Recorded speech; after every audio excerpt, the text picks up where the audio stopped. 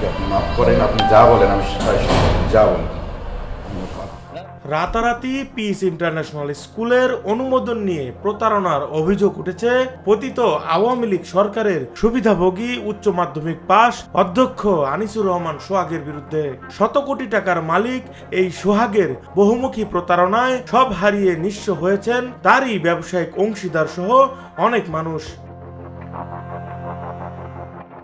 সাবেক প্রধানমন্ত্রী শেখ হাসিনার এপিএস হাফিজুর রহমান লিকু সহ বিগত সরকার আমলের হেভিওয়েট নেতা কর্মীদের ছত্রছায়ায় বেপরোয়া ছিলেন আনিসুর রহমান সোহাগ। রাষ্ট্র ক্ষমতার পালাবদল হলে রাতারাতি ভোল পাল্টান প্রতারক সোহাগ। কৌশলে রাজনৈতিক পরিচয় লুকিয়ে তিনি বর্তমান সরকারের কাছের রাজনৈতিক দলগুলোর নেতাদের সঙ্গে সখ্য গড়ে দাপট দেখানো অব্যাহত রেখেছেন। জাল ও ভুয়া সনদে অধ্যক্ষ হওয়ার বিষয়টি স্বীকার করে বিগত সময়ে গণমাধ্যমের কাছে ক্ষমা চাওয়ার পরও ক্ষমতার দাপটে শিক্ষা বোর্ড, শিক্ষা অধিদপ্তর, ইউজিসি কেউই তার বিরুদ্ধে ব্যবস্থা নিতে পারেনি। এমনকি ছাত্র জনতার আন্দোলন চলাকালে হত্যা ও হত্যা চেষ্টার একাধিক মামলায় আসামি হয়েও প্রকাশ্যে ঘুরছেন সোহাগ।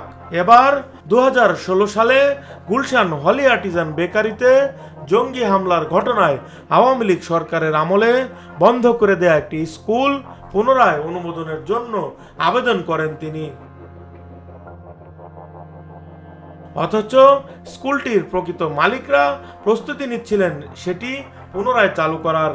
অভিযোগ উঠেছে সোহাগ ও তার সহযোগীদের থেকে অনৈতিক সুবিধা নিয়ে কোনো রকম পরিদর্শন ছাড়াই একটি রেস্টুরেন্টের ঠিকানায় স্কুলটির অনুমোদন দিয়েছে ঢাকা শিক্ষা বোর্ড। রাজধানী সহ সারা দেশে স্কুলটির শাখা খুলে প্রতিটি শাখা থেকে অনুমোদনের নামে এ টাকা আত্মসাদের ফন্দি এঁটেছেন সোহাগ।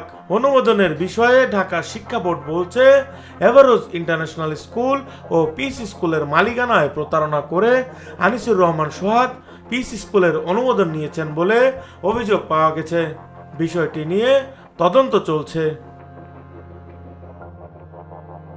আনিসুর রহমান সোহাগের জাল জালিয়াতি ও ভুয়া সনদে অধ্যক্ষ হওয়ার বিষয়ে ইতিপূর্বেও বিভিন্ন গণমাধ্যমে সংবাদ প্রকাশিত হয়। সম্প্রতি দেশের একটি শীর্ষস্থানীয় গণমাধ্যম দৈনিক যুগান্তরে পিস স্কুল নিয়ে প্রতারণার অভিযোগে একটি সংবাদ প্রকাশিত হয়। প্রকাশিত সংবাদের সূত্র ধরে জানা যায়, আওয়ামী লীগ আমলে ক্ষমতার দাপট দেখিয়ে ইউনিয়ন পরিষদের চারিত্রিক সনদ জাল করে ভূমিহীনদের 120 বিঘা জমি বন্দোবস্ত নিয়েছে সোহাগের পরিবার ও আত্মীয় স্বজন। অভিযোগ রয়েছে আনিসুর রহমান সোহাগের শ্যালক ও বরিশাল ছাত্রদলের বহিষ্কৃত যুগ্ম সম্পাদক সোহেল শাহরিয়ার এসব অপকর্মের প্রত্যক্ষভাবে সহযোগিতা করছেন। সম্প্রতি ঢাকা বিশ্ববিদ্যালয়ের শিক্ষার্থী মাহমুদুল হাসানকে হত্যার হুমকি দেন এই সোহেল। এ ঘটনায় শাহবাগ থানায় জিডি করার পাশাপাশি বিষয়টি জাতীয়তাবাদী ছাত্র দলের কেন্দ্রীয় কমিটিকে লিখিতভাবে জানানো হলে কেন্দ্রীয় ছাত্রদল সোহেলকে বহিষ্কার করে। এসব বিষয়ে জানতে তার ব্যবহৃত মোবাইল ফোনে যোগাযোগের চেষ্টা করা হলেও তিনি সাড়া দেননি। এছাড়া পিস স্কুলের অনুমোদনের বিষয়ে জানতে বেশ কয়েকবার আনিসুর রহমান সোহাগের ব্যবহৃত মোবাইল ফোনে যোগাযোগের চেষ্টা করা হলেও তিনি সাড়া দেননি। ডেস্ক রিপোর্ট, ভোরের পাতা।